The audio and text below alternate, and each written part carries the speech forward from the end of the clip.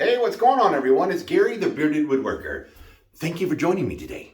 In this episode, I'm going to show you how I take this multicolored room and turn it into just a plain old white room. That's right, it's a painting lesson.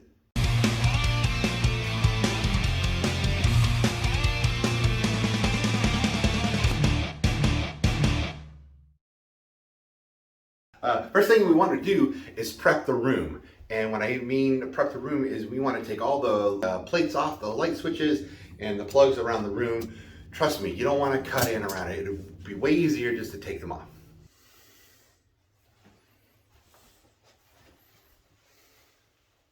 That's right, this is a two-tone room. We've got this kind of sage green on the wall, two walls here, and then we've got this deep burgundy on the other two walls.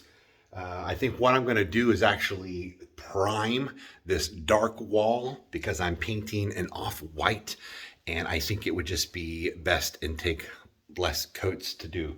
So I'm going to show you what to do when you have carpet that runs right up to your wall. Now what I'll do is I'll take this 1.5 inch tape, blue Scotch tape from 3M. Don't save money and buy that Ace Hardware stuff. That is crap. So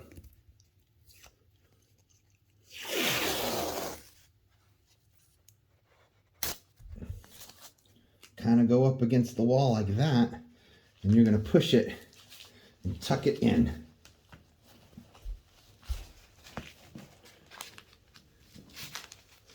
This is just going to prevent, of course, getting tape on the fibers of your carpet. And I'll do that around the whole entire room.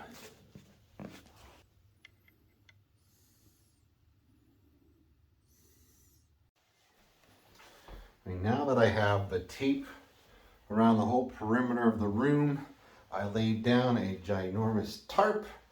This is just to catch the fleckles that's going to come down when you roll. I'm not doing this ceiling, so it doesn't need to cover the whole entire floor like this did.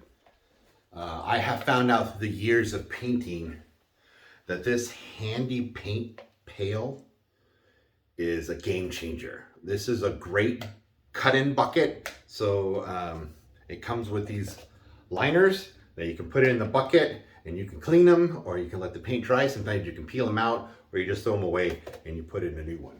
And I'm also going to use a good quality brush. This is a Purdy brush, and it's a 3-inch, the 2.5 or 3-inch angled brush or a cut-in brush. Don't skimp out on your brushes. This is going to help you out having a good quality brush. You're not going to have the hairs falling off like you would on some of these Home Depot brushes where you buy in the kit, okay? Spend your money. It's anywhere from $19 to $25, but it'll last you as long as you clean it. After every use, you can condition it. It'll last you for a while. And this pail, it has a magnet in it, but this brush is a little too big. But see how it holds it right there? We're going to cut in with this primer on this dark burgundy wall. And what you want to do is just dip the tip in it and pat it off on the sides. That's all you need right now. So what I do is I just take a dollop, start right there with a dollop, and then you work your way up to the frame like that. What you want to do is leave about 3 to 4 inches of paint. So when you roll it, it'll do coverage. And unfortunately, the person that painted this last, they painted onto the trim there. So as I'm cutting in, you see burgundy showing, but that's because it's on the trim, and I don't want to paint the trim. Well, tell you what, I'm going to paint the trim right now because I'm going to paint over this too.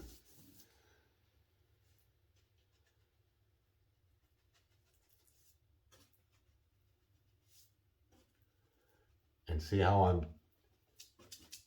kind of going, I'm vibrating the brush. I don't know if that's a good angle. I'm vibrating the brush because of this orange peel. I'm really getting in there.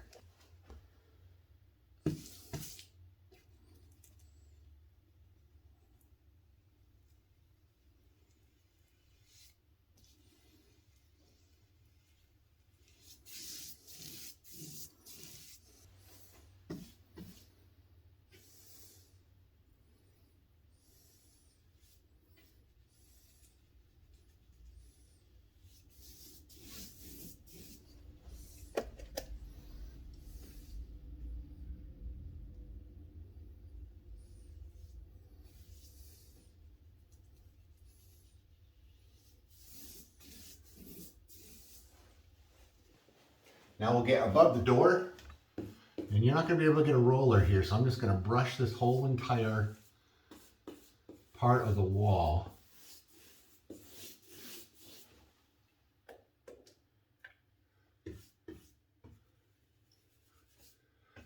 See how I'm giving a pool of paint here so I can go dip into it later. You bring in that fully loaded brush right up in against your molding, it's just gonna start running. It's gonna hit the molding. It's gonna be too much paint right in the crack. Now we'll cut in the ceiling here. Now this is popcorn ceiling. And I find the best way to do that is to do a little shake of the little tip of your brush right up like that.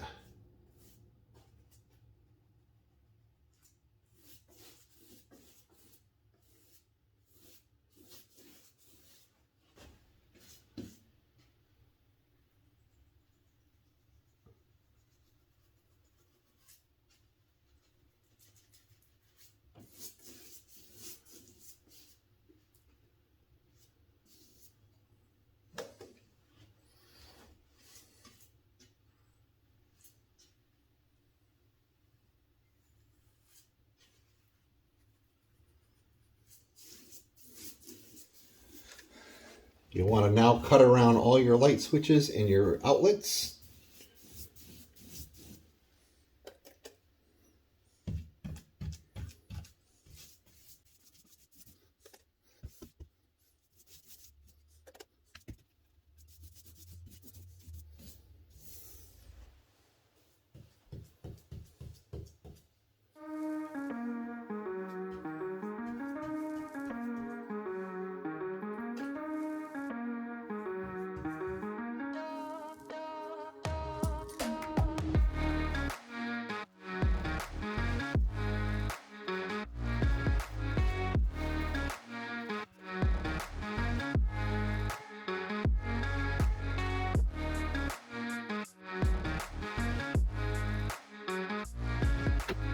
That's for you, Andrew and Jason. Bearded Giant, Northwest Sawyer. Move on.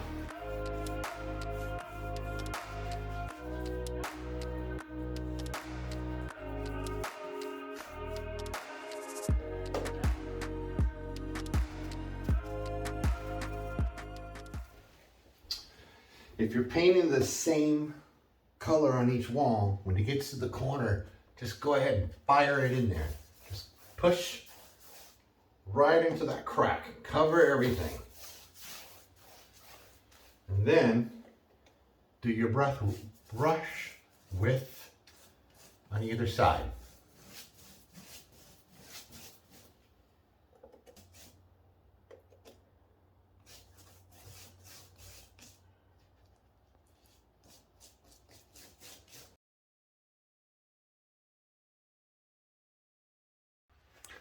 All right, I've got the whole room cut in.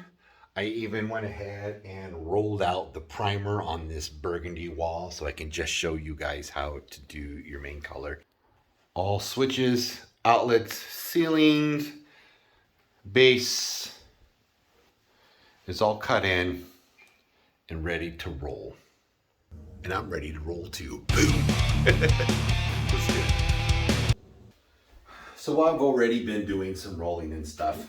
So my tray has paint, my roller has paint in it already. I recommend going with these larger trays with liners. The only place I can find them really is at Sherwin-Williams. If I find some online, I'll leave a link down below. They have the smaller ones, but to me, it just barely fits your roller. I like the larger one. It holds more paint and it gives you a little more space too. So let's dump some paint in this. You see in a lot of these home improvement shows, well, they'll just take the roller in their hand and they'll paint the wall.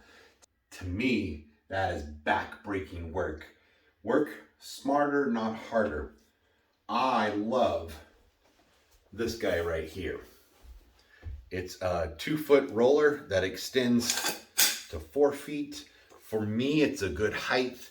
If you're shorter, you might want to go with the 4-footer that extends to an 8-footer. But I'm going to show you why this is best.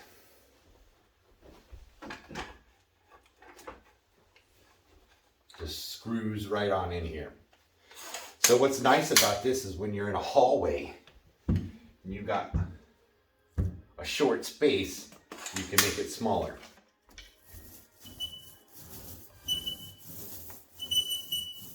But I'm just going to go ahead. I got plenty of space here.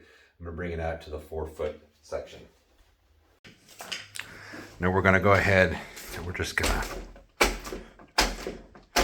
dip in there.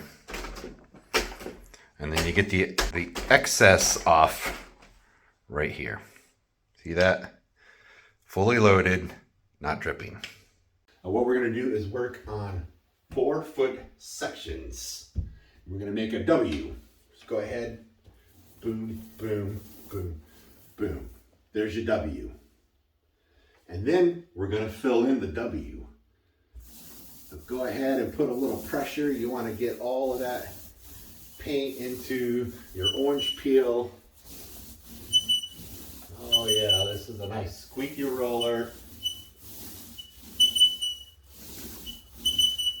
And then get up close as you can to the ceiling without touching it.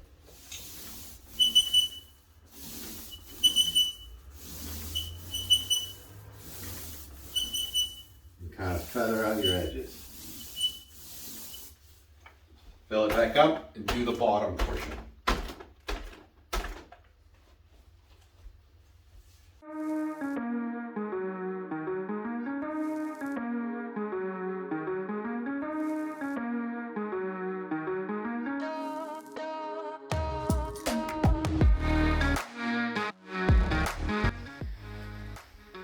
So now that you have both sections connected, you might notice some lines on the wall. I don't know if the camera's picking it up. But the next step now is to go from top to bottom real lightly with your roller and get rid of those lines.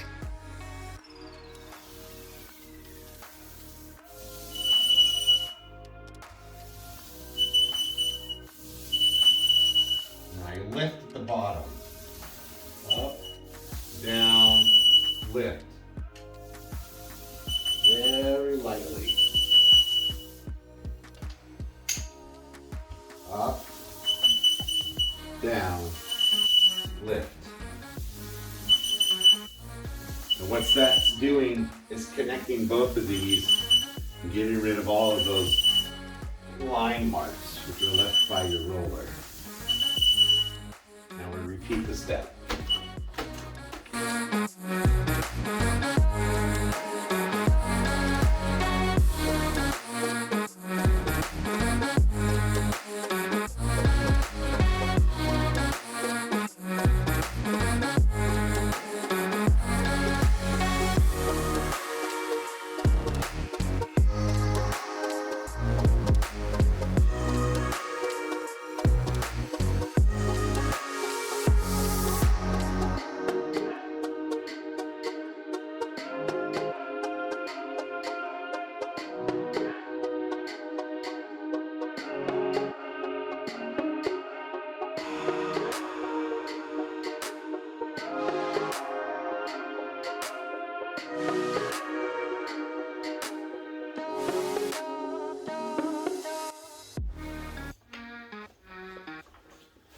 You can go up and down here above doors if you like, but this is the part where I take off the pole and I go sideways.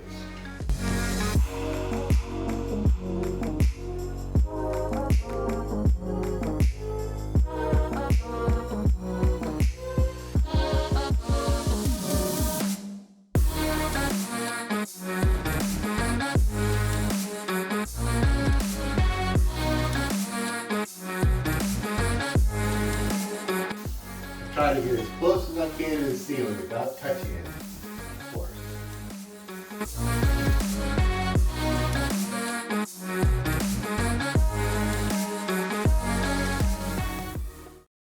So there you have it. that's about it. I'm gonna let this dry. I'm gonna come back tomorrow and repeat the whole entire steps. Cut in the corners, the base, the ceiling, the windows, the trims, the light switches, the plugs, and then roll out the whole entire wall again. Unless you're painting white on white or you're doing the same color on top of the same color, no matter how good of a quality paint you have, most likely you're gonna have to do 2 coats. There's a lot of water and the latex paint, and you'll see after you roll your room that the humidity level in your room is going to rise significantly. I can already feel it. Of course, I'm a big guy and I'm moving around, I'm starting to sweat, but I can feel that it's warmer in here and it's more humid in here. So I'll be back tomorrow to do the second coat, which I won't show you, but I'll just show you the end result right now. And there you have it. The painting now is complete. Next, we'll remove the tarp, pull all the tape around the perimeter of the room, and make sure to replace all the light switch and plug plates. So as you can see, the second coat really did a nice job covering everything in this room. I hope you guys learned a little something from this video. I know it's not a woodworking video, but I also like to show you other home improvement stuff too.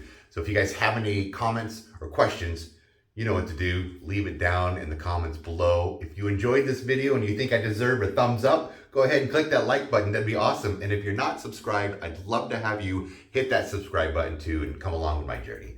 Thanks again for watching. I'm Gary, the Bearded Woodworker. I'll see you guys later.